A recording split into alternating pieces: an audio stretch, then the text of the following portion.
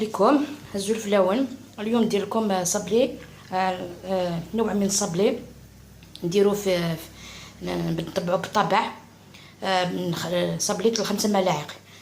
نبداو الكيفيه. 250 غرام مارغرين، عندي 5 معالق كبار، 5 مغارف كبار تاع سكر كلاص، 5 مغارف كبار تاع حليب بودره، 2 بيضات، نص كيس خميره كيميائيه، جوج بيضات خلاص، لافاني، ندير 5 معالق كبار تاع مايزينا، 5 مغارف كبار تاع الفلون، الذوق اللي تحبيه.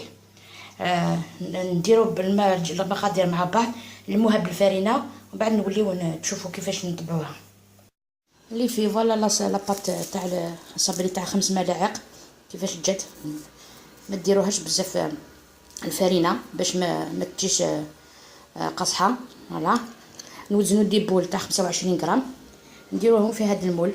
شوفوا هذا، شوفوا هذا دوكا تشوفوها درت بابي نيلون. فوالا كيفاش خرجت. نحي البلاستيك. فوالا كيفاش جات.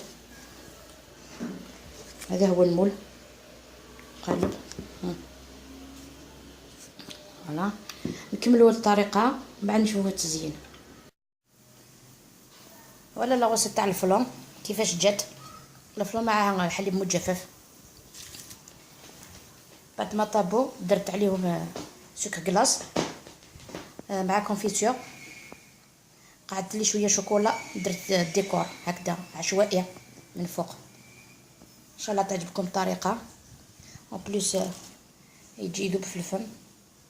نقسم لكم وحده هكذا باليد برك. شوفوا.